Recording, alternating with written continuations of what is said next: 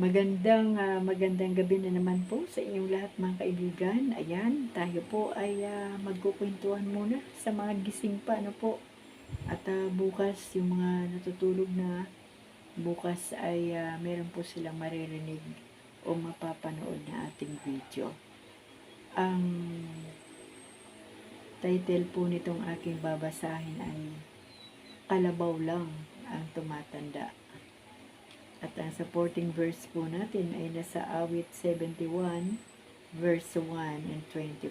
Sabi po dito, kalabaw lang ang tumatanda. Madalas nating marinig ang linyang mula sa mga taong nais takasan ang katotohanan ng pagtanda o kaya mula sa mga taong nais magpabatid na mayroong kaakibat na magandang bagay ang pagtanda. May mga taong ayaw tumanda sapagkat marami silang bagay na kinatatakutang mawala sa pagdating ng kanilang pagtanda. Limitado na lamang daw ang kayang gawin ng isang uugod-ugod. Pumupurol na rin ang alaala at nakakatakot na rin daw na mapahiya. Kung dati-dati iginagalang ang kanyang pananaw sa kahit anumang bagay, maaari raw na isawalang kibo na lang ang kanyang opinyon kapag siya'y matanda na. Paulit-ulit na lang daw ang kanyang kwento tungkol sa kanyang buhay at hindi man lamang kinariringgan ng mga kwentong panghinaharap.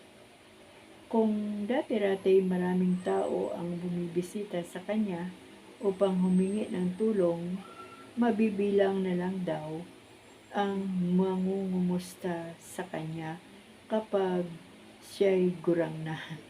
Kaya nga para sa mga taong ito, hanggat may paraan upang maiwasan ang pagtanda nang hindi pinipigilan ang mga kamay ng orasan na naisin nilang ito'y kanilang makamtan.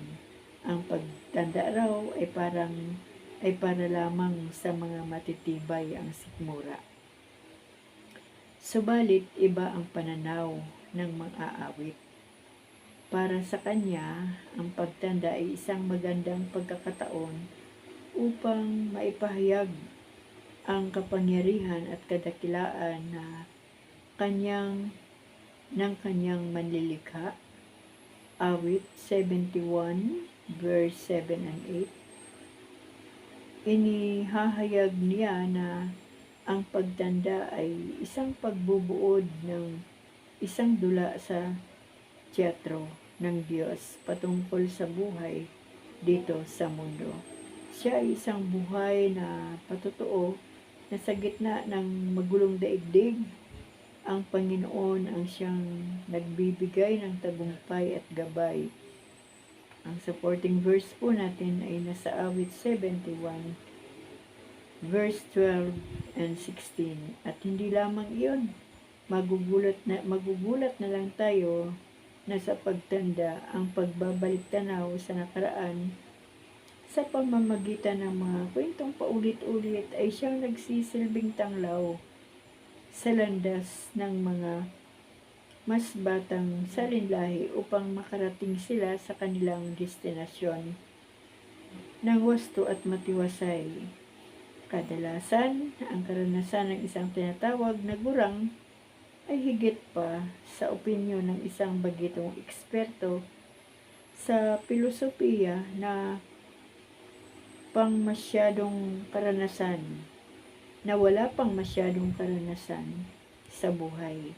Hindi matatawaran ang pananaw ni lolo at lola patungkol sa buhay.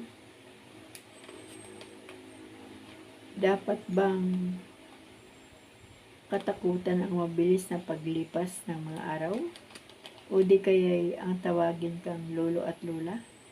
Ang sagot ng mga awit ay, sa pulpa sa pagkabata, ako'y iyong tinuruan. Hanggang ngayon sinasambit ang gawa mong hinangaan. Maputi na ang buhok ko pagkat ako'y matanda na, o Diyos. Ako'y wag iiwan sa piling ko'y lumagi ka, habang ako'y naghahayag ng lakas mong tinataglay. Samahan sa bawat lahing sa daigdig ay lilitaw. Dakila ka, Panginoon, matuwid ka hanggang langit. Dakila ang ginawa mo at wala kang makaparis. Awit 71 verse 17 and 19. Ayan po. Para po ito sa aking mga kapwa senior citizen. Ano po.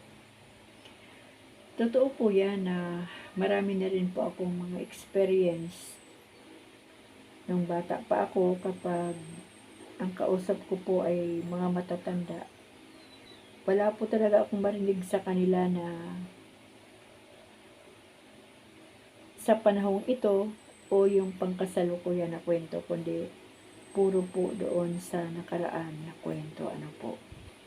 Pero bilang bata ay marami po akong natutunan sa mga kwento ng mga matatanda doon sa panahon na kanilang mga pinagdaanan. At hindi po ito matawaran, mga kaibigan, ang mga kwento ng matatanda. Kapag atin pong narinig, ay talaga pong nakaka-amaze, nakakamangha po yung kanilang mga karanasan sa buhay. At hindi po sila pwedeng tawaging basta lang o walang kwenta kasi matanda na. Hindi, naroon po yung ating paghanga sa kanila, pagrespeto sa kanila, kasi para po silang mga alamat ng kahapon, alamat ng mga karanasan na talagang makakatulong sa pananaw ng isang bata na kulang pa sa experience sa buhay. Ano po.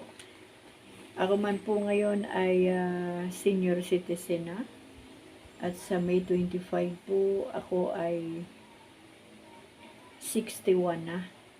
At dumarating na rin po sa buhay ko yung aking mga nakita noon nung ako'y bata pa, narinig noon nung ako'y bata pa, ay talaga po palang mangyayari din sa buhay natin sa panahon ito na tayo po ay mga senior citizen na. Hindi po tumatanda, mga kaibigan, ang puso ng isang tao. Physically, mukha natin, balat natin ay tumatanda. Pero ang puso po natin ay hindi tumatanda. Intact po yun.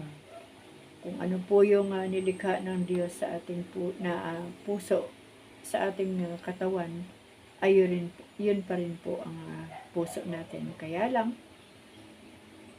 habang tayo po ay nagkakaedad, habang tayo po ay tumatanda, ang tumatanda po sa atin ay yung ating pananaw sa buhay. Yung ating paninindigan. Kumbaga kung dati ay hindi matibay yung ating paninindigan, kapag tayo po ay dumating na sa punto ng ating katandaan, ay nagiging matibay po yung ating panindigan, at yung pananaw po natin ay talagang nahasa na sa bawat experience o karanasan ng buhay natin ay patuloy na nahahasa yung ating mga pananaw sa buhay, at ang ating mga katuwiran sa buhay ay nahahasa. Ano po, kumbaga hindi hinasa ng mali, kundi hinasa po ng tama at makatotohanan. Yan po yung ang kagandahan sa isang senior citizen na sinasabi po ng mga tao ng araw na may kinatandaan. Yan. Huwag po tayong matatakot na baka maubusan na tayo ng lakas, baka wala na tayong pakinabang. Ako po sa aking sariling experience, habang gusto kong gawin ang isang bagay na masaya ako, nararanasan ko din po yung kagalakan na nagmumula sa Panginoon, at binibigyan din po ako ng Diyos ng kakaibang kalakasan para magawa ko yung bagay na gusto ko, na masaya yung aking kalooban. Huwag po tayo matakot kung tayo po ay matanda na. Kasi dumaan na po tayo sa kabataan. At kahit papaano ay na-enjoy naman po natin yung ating kabataan, di po ba? Ako po kahit sabi ko nga po hindi ako masaya sa pamilya ko, pero tumatakas po ako para makipaglaro. So kahit papaano ay naranasan ko po makipaglaro kahit konting panahon lang sa aking mga kapwa-bata, sa aking mga pinsan. At naranasan ko rin po maging estudyante. Naranasan ko po magdalaga. At naranasan ko po yung mga experience ng isang kabataan na ito pala ay mali, ito pala ang dapat kasi ito ang tama. Kailangan palang umiwas kasi kung hindi ka umiwas, ikaw ay matutukso at ikaw ay mapapahamak. So, doon po sa mga karanasan natin, habang tayo ay bata pa, yun po ang humuhubog ng ating pagkatao bilang tao hanggang sa ating pagtanda. At ngayon nga po na ako po ay senior citizen ako po yung ginagamit na ng Panginoon kapag meron po ako mga kabataan na kausap, kahit na ito yung mga teenager, hindi po yung totoo na iba ang kalakaran ng kabataan ngayon. Meron po tayong maiaambag sa kanila sa karanasan natin nung tayo din ay kabataan. Hindi natin kinukumpara, pero makakapagbigay po tayo ng magandang advice sa mga kabataan, gaya ng mag-aral kang mabuti para makapagtapos ka, makapagtrabaho ka, at kapag nagkapamilya ka ay magiging maayos ang iyong buhay. Habang ikaw ay kabataan, lumapit ka sa Panginoon para ang Diyos ang magtutuwid sa iyo, ang magtuturo sa iyo at magdadala sa iyo sa maayos at magandang kinabukasan. So kumbaga marami po tayong maibibigay na magagandang payo sa mga kabataan ngayon dahil nanggaling na po tayo doon sa lugar na gusto nilang puntahan. Sabi ko nga po, 'di ba? Sana nung nagkasalubong yung mga papunta pa lang at ang umuuwi na, ay sana nag-usap at nagtanong man lang yung papunta pa lang doon sa pinanggalingan na ano bang meron doon. Mabuti naman at nakabalik po kayo. Yan. O di po ba? Ibig sabihin yung mga pabalik na ay nagtagumpay sa kanyang pinuntahan, sa kanyang karanasan doon. Gaya po ng pagpapamilya. Yan. Minsan ay dinadaan sa pilosopong kwentuhan na papunta pa lang kayo, pabalik na ako, tapos sasabihin ng mga kabataan, bakit hindi po tayo nagkasalubong? Yan po. Ang totoo po yan ay nagkakasalubong talaga, kaya lang parang walang nakita. Yung mga kabataan kas ngayon, may mga kanya-kanya po silang adhikain sa buhay. Kumbaga kakaiba din ang takbo ng utak at damdamin ng kabataan ngayon. Pero mga kabataan, sasabihin ko sa inyo, kapag may nakausap kayong mga matatanda na talagang matitino ang pananaw sa buhay, makipagkwentuhan kayo at marami kayong matututunan. Yung kahit sabihin pang engineer ka na, milyonaryo ka na, kahit ano ka pa sa panahon ito, kapag may nakausap kayong matanda na pilantropo, sagana sa karanasan sa buhay, meron at meron pa rin kayong hindi alam na ang nakakaalam lang ay yung mga matatanda na galing na doon sa nais nyo puntahan pa. Ano po? Kaya Hindi po kailangan mag-alala ng isang nagkakaedad na baka isipin natin, ay baliwala na tayo sa lipunan kasi matatanda na tayo. Paulit-ulit na lang yung kwento natin, yung mga panahon ng Hapon, panahon ni Magellan, panahon ni Lapu-Lapu, panahon ni MacArthur, ay paulit-ulit na lang natin kinukwento. Nagsasawa na ang mga bata o baka magsawa sila kapag yun na lang ang paulit-ulit na ating kwento. Alam yung mga kapwa ko lula at mga kapwa ko senior citizen, kapag ang isang bata ay seryoso sa kanyang buhay at gusto niya pang matuto at makaalam ng mga bagay na hindi niya pa nalalaman, yan po ay seryoso rin na makikinig sa mga kwento ng mga matatanda.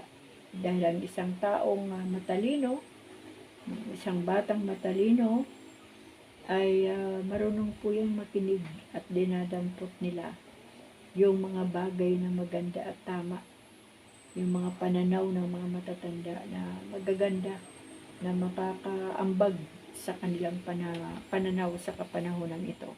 So, kumbaga sa useful po ang ating buhay na mga matatanda. Ako man po ay wala po akong nais na iparating sa panahon ito sa mga kabataan, kundi ang kilalanin niyo ang Panginoon. Lumapit kayo sa Diyos upang sa ganon inyo ring matutunan ang pinakamahalagang bagay sa buhay ng isang tao na wala palang ibang pinagmula ng karunungan, ng katalinuhan, ng kaalaman, ng kalakasan, kundi ang Diyos pala. Dahil maraming kabataan ngayon na nagsasabi na matalino kasi ako, nag-aral kasi ako, top 1 kasi ako sa board exam, kaya nakakuha ako ng magandang trabaho. Yan, kumbaga alam mo yung may mga kabataang maki ako, si ako. Pero kung matutunan ng mga kabataan ang makinig sa salita ng Diyos at kilalanin si Kristo, mapapahiya po kayo sa harapan ng Panginoon. Dahil ang buhay, ang hininga, ang kalakasan, ang karunungan, ang kaalaman ay sa Diyos nagmula. At kapag binawi bigla ng Panginoon ang hininga, kahit gaano pa katalino ang isang kabataan, wala na pong magagawa ang isang tao. Po, hindi na pwedeng ipagyabang yung kanyang naabot sa buhay o natikha sa buhay kahit 10 sakong katagumpayan pa yan. Kapag binawi ng Diyos ang buhay, ang hininga, ay baliwala. Kaya nga, mas magandang makipagkwentuhan sa mga matatanda, lalo na sa mga matatanda na makadiyos, dahil maraming maiaambag sa buhay ng mga kabataan at hindi totoo na ang mga matatanda ay hindi na anong tawag doon? Epektibo sa buhay ng mga kabataan. Sobrang effective po ang karanasan ng mga matatanda na kapag ang mga kabataan ay magbigay lang ng panahon sa kanilang mga lolo't lula at pakinggan nila yung mga karanasan ng mga lolo't lula nila, ay doon nila makikita na ay wala pa pala sa 1/4, akala ko matalino na ako, pero wala pa pala ito sa 1/4 ng katalinuhan ng aking mga lolo't mga lola. So ganun lang mga kaibigan ang tema ng ating buhay bilang mga senior citizen.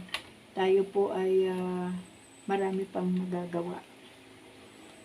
Marami pa po tayong magagawa sa panahon na tayo po ay nagkakaedad na.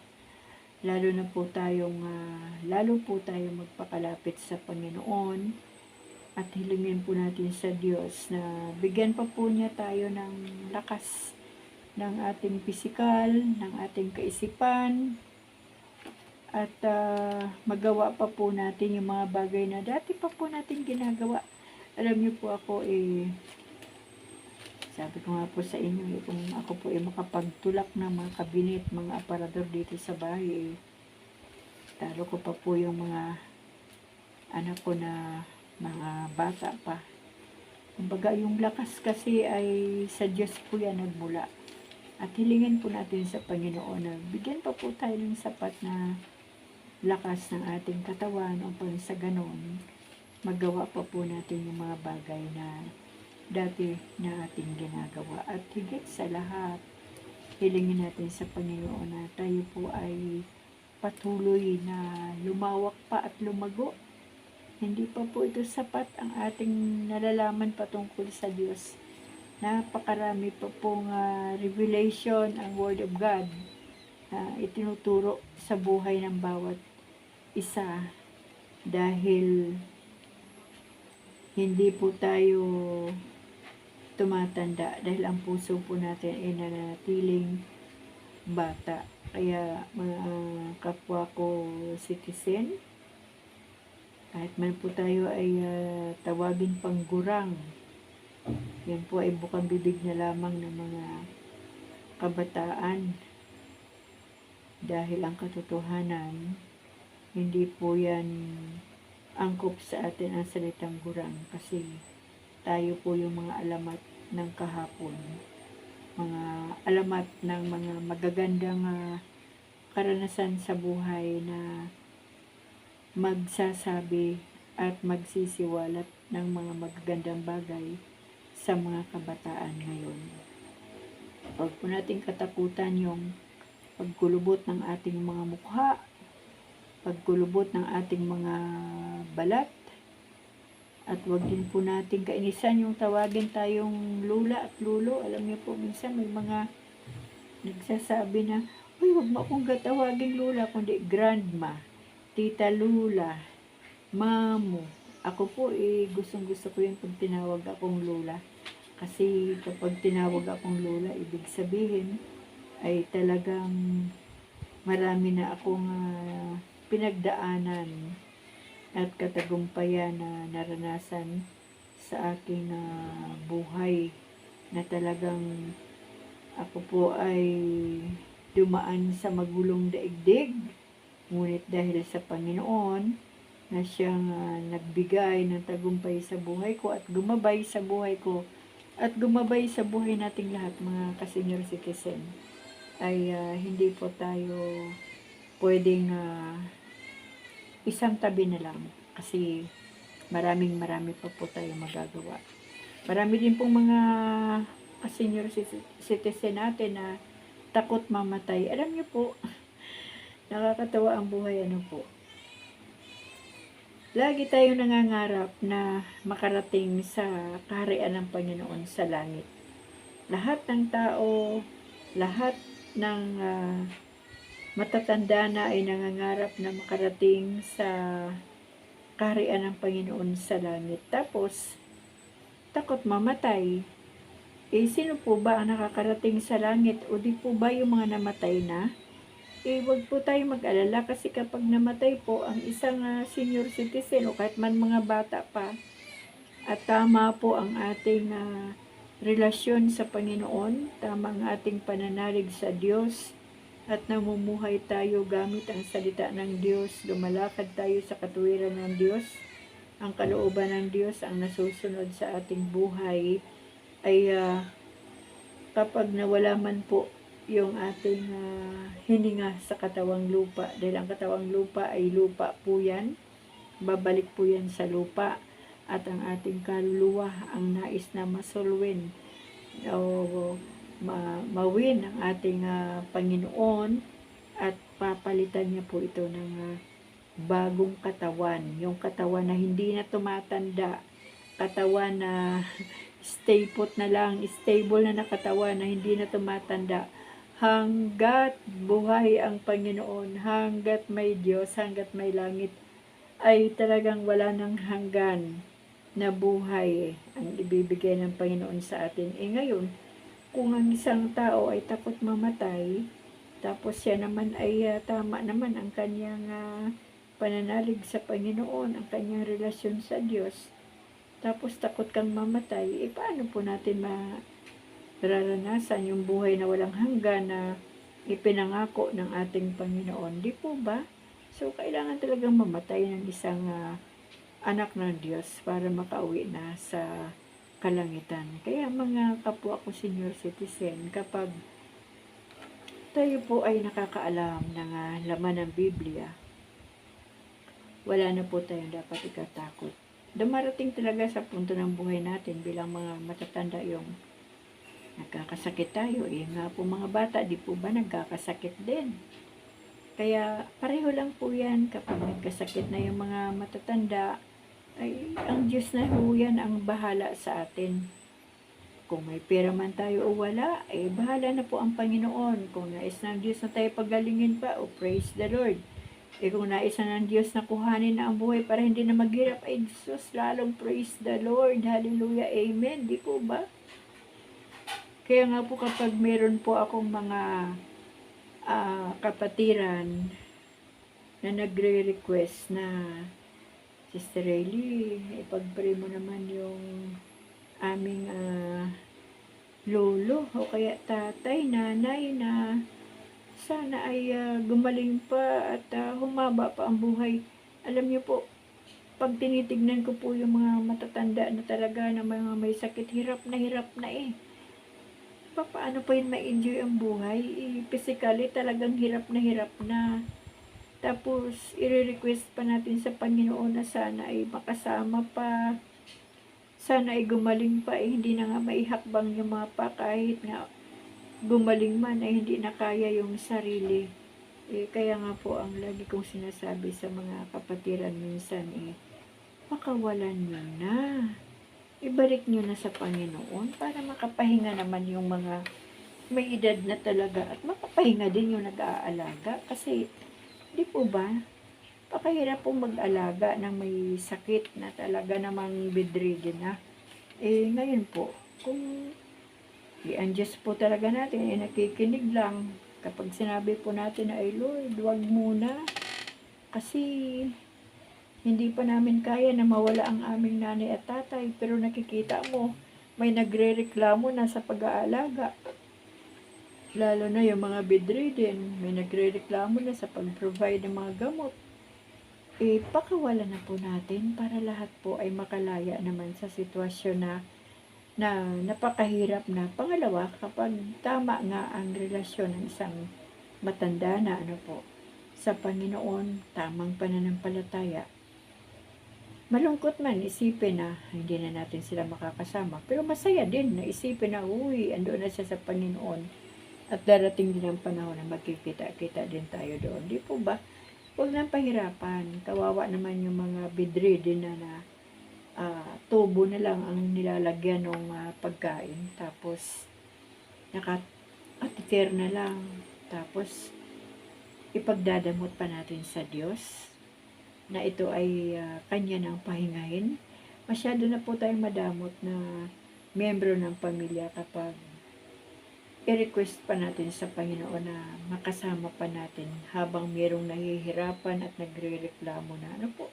So, yun lang mga kaibigan, huwag po tayong matakot sa kung anumang bagay na nararanasan ng buhay natin bilang mga senior citizen, bilang mga matatanda. Ako po ay sa akin pong edad, sabi ko nga po, nakita niyo naman po ang aking mga nakakatawa ng mga sayaw-sayaw dyan. Salamat sa Panginoon kasi masigla pa, at higit sa lahat, salamat sa Diyos kasi nakakapagbahagi pa po ako ng mga kabutihan ng ating Diyos. Nakakapagbahagi pa po ako ng salita ng Panginoon. Nakakapanalangin pa po ako at nagagawa ko pa po ang mga trabaho dito sa loob ng bahay, maglaba, maglinis, magluto, mag-Facebook, alam niyo po yan, mag-reels, mag-YouTube, magkarga-karga ng aming bagong apo na 1 month old pa lang, makipagkwentuhan sa aking apo na 2 taon at 4 na taon. Nung nakarang araw, andito yung grade 1 kong apo. So, kumbaga minsan nga parang barkada ko na yung mga apo ko na kaya nating gumalaw sa galaw nila sa panahon ito. At sila naman ay pinipilit din na igalaw na kasama din ang mga lolo't lola nila. Ano po? So, i-enjoy lang po natin mga kaibigan ng buhay. Yung enjoyment na, yung nag-i-enjoy tayo na ang ating nilalakaran ay ang katuwiran ng Panginoon. Alam niyo po, minsan nakakalungkot isipin na may mga edad na, tapos mga 75 years old na, tapos masalubong natin sa kalye, ikis pa ang mga paa, mga naglalasing pa, mga nagbibisyo pa, o di po ba nakakalungkot yung gano'n na ano po ang pwedeng iambag sa mga kabataan ng mga ganong klaseng mga matatanda na ultimo sa kanilang sarili ay hindi nila kayang gumawa ng tama o mabuti, di po ba? Kasi ako dapat, para sa aking pananaw, dapat habang ang tao ay nagkakaedad, tumatanda, dapat meron talagang kinatandaan para marespeto po tayo ng mga kabataan. Kasi kapag hindi po respeto ang isang matanda, kahabag-habag pong tingnan. Para po siyang basura na baliwala. Na, matandang yan ako. Parang hindi na naliligo kasi laging lasing. Matandang yan, puro na lang pasaway ang ginagawa sa kanyang mga anak ko. Di po ba? Sana iwag ganon. Huwag po tayong pasaway sa ating mga anak. Manatili po tayo doon sa ating tinayuan bilang mga magulang na maging good example sa ating mga anak, good example sa ating mga apo, at good example din sa mga kabataan na nakatingin sa ating mga buhay. So, yun lang mga ka-senior citizen ang ating kwentuhan ngayong gabi. Sana po ay maging masaya lang po tayo. At doon po sa mga ka-senior ko na parang pakiramdam ay binabaliwala ng mga anak, pakiramdam ay parang hindi na naaalala ng mga anak, pakiramdam ay parang binabastos na ng mga apo kasi matanda na, huwag po nating tignan yan mga kaibigan. Patuloy at patuloy po tayo manindigan bilang mga lolo't lola na gawin po natin yung mga bagay na tama at magpaalala po tayo sa ating mga apo na kailangan nilang igalang at mahalin. Irespeto ang kanilang mga lolo't lola. At sana ang mga anak ay turuan din yung mga apo natin na, uy, lulong mo't lola yan. Huwag mong gawin ang bagay na yan kasi mali yan at hindi maganda yan. Hindi tama yan. Magagalit ang Panginoon sa iyo kapag dinisrespect mo ang iyong mga lolo't lola. Kaya lang minsan may mga anak din na hindi rin na marespeto sa mga magulang. Kaya yun din ang tinitignan ng mga apo. Dahil hindi nagrespeto yung kanilang magulang, ayun din ang kanilang ginagawa sa kanilang mga lolo't lola. Ano po? So, ganun lang mga ka-senior citizen, manatili lang po tayo sa Panginoon, maging masaya lang po tayo, hindi po totoo na ang pera lang ang nagpapasaya sa tao. Marami pong mga bagay ang makakapagdulot ng kagalakan sa ating mga puso. Kapag tayo nalulungkot, awitan po natin ang Panginoon. Kapag tayo po ay may panahon na manalangin, sige, manalangin po tayo ng manalangin sa Panginoon. At kapag kaya pa na magbahagi ng salita ng Diyos, magbahagi po tayo habang tayo po ay may lakas, may hininga pa, at buhay pa. At kapag mayroong mga kabataan na nagtatanong, ayan, yan na po yung mga pinaka-exciting ng buhay natin na talagang mailalahad na po natin sa kanila yung ating mga karanasan, yung ating mga pinagdaanan doon, kaya nakakasalubong na natin ang mga kabataan na nais ding makarating sa ating pinanggalingan na ano po. Kaya mga ka-senior citizen ko, tayo po ay maging masaya lang. Ang kalabaw lang daw po ang tumatanda.